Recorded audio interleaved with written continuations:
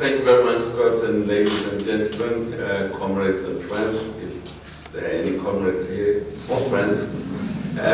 It's a great honor for me to come here. I understand you come from different countries in Africa, in South Africa, and other African countries. So I have myself lived in several African countries. I lived in Zimbabwe, Tanzania, Kenya, Wales, Lesotho. I'm trying to remember now various others, and I've visited many others, Mauritius, Ethiopia, Algeria, Egypt, and I'm going to Morocco in a couple of weeks. So Africa is a very exciting continent. So the discussion today, which I will try and cut short to get my Amidi to be able to say something about Mauritius. We have a very popular chapter actually in this book, which he wrote. Africa is full of problems, and everybody is saying, how do we get out of these problems? So as the editor of the book, I thought, well, we do have a success story in Africa, so we don't need to be completely depressed all of the time, just some of the time.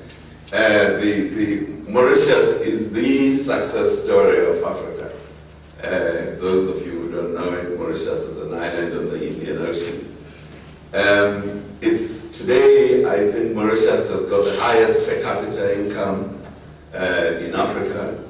It hasn't got oil or platinum or gold like us and many other countries, but its per capita income exceeds countries like South Africa, Nigeria, which have all these natural resources.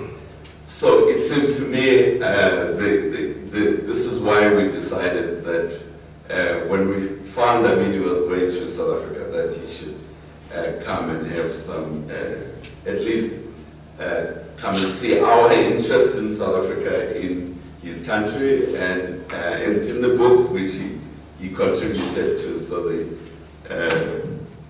he can see himself for himself. As it happens, Amidi, he's now in business like me, but we were very militant and radical students nowadays. I don't know if Monash allows radicalism. I understand that this is an Australian university, right? Yeah, okay. Well, it must allow, because Qantas was on strike the other day. So there are some radicals left in Australia. So I feel very much at home being in an Australian campus, which has just been on strike recently. Anyway, Amidi and myself were amongst the radicals in the 1960s, and so I won't go further on that subject. Now let me I will try and go briefly or quickly over the presentation. Can I let you run this part? Over the presentation that I prepared for you folks, I thought I should just start off by dealing with the issue of South Africa, obviously, because we are all living in South Africa, so South Africa is a matter of importance to us. And the problem that South Africa is faced with is no longer really a political problem, or although it can become a major political problem like we are seeing happening in Greece. We have a major economic problem in South Africa, and the problem that South Africa is faced with is the problem of poverty and unemployment. And that is really everything that revolves around South Africa. You will have heard from the Department of Statistics that we have 25% or something like that unemployment in South Africa.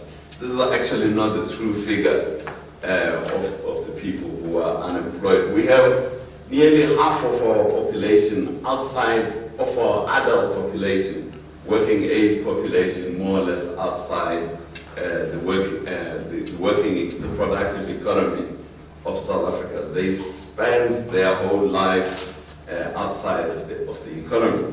This has earned the South African economy the category of an enclave economy. So when you are given numbers of who are unemployed, these are the people who are actually looking for work. We have a huge part of our population that depends on remittances from relatives who are working, that never get into the job market. And this is one of the biggest crises that South Africa is faced with. We have a huge part of our adult population that is literally not in the South African economy. So when you are given the unemployed numbers, they don't deal with that part of the population that is not that is adult between the ages of 15 and 65. That actually is not in the formal sector. It's not looking for jobs. There is no opportunity for them, and that's one aspect of South Africa's poverty. Is this massive, and almost 50% of our population is completely marginalized. Many of you who are not South Africans will not have visited what we used to be called the Bantustans here. But if you go there, you will realize what I'm talking about. A massive part of the population is there. However, South Africa does have strengths, and I won't go through all of them. One of its major strengths is its private sector. So this is what is critical for the development of South Africa, is that obviously you have to use your strengths in order to solve your weaknesses. So if we have this huge unemployed population, how do we get this population to become productive? So we have to use the private sector. Now many people, and I'm sure you've heard of a gentleman called Julius Malema, he says that we must use the public sector in order to solve our unemployment problem. Julius Malema is wrong. I'm having a meeting actually with him, I think on the 16th, to debate with him these issues. If he's not locked up by the Hawks, I understand. He's on a wanted list for tax evasion and various other things. But hopefully he will still be a free man. Why Julius Malema is wrong is not because I have any brief to protect the mining industry. He's wrong because the public sector in South Africa is the weakest part of our economic system. It has the weakest management, it has the weakest management skills, it is the most unstable part of our political economy. It's got very politicized management. People get jobs on the basis of political connections. It's very politicized. It's got very low skills, and that is why the public sector in South Africa anyway cannot be a solution to our problem of poverty and our problem of unemployment.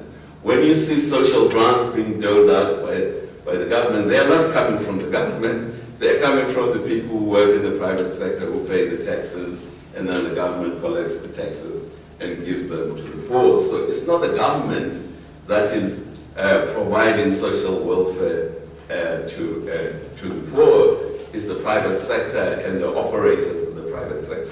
One of the things I have to point out, which gets overlooked when we talk about the private sector, many of us think of the private sector as these highly paid managers, these very wealthy tycoons. The private sector actually is both the workers and the managers and the owners. That's who comprise the private sector in South Africa. So it's not just the rich owners and the managers. So now, one of the countries that is a friend of South Africa is Brazil. And Brazil has many of the similar problems to South Africa. One of the bottlenecks that the Brazilians identified was a lack of high-level skills, university graduates, which their economy was laboring after, and this was a big bottleneck in terms of the development of their economy. And so the solution that the Brazilians had to this problem was to harness the Brazilian private sector to solve the higher education problem. This is a quote from the Financial Times.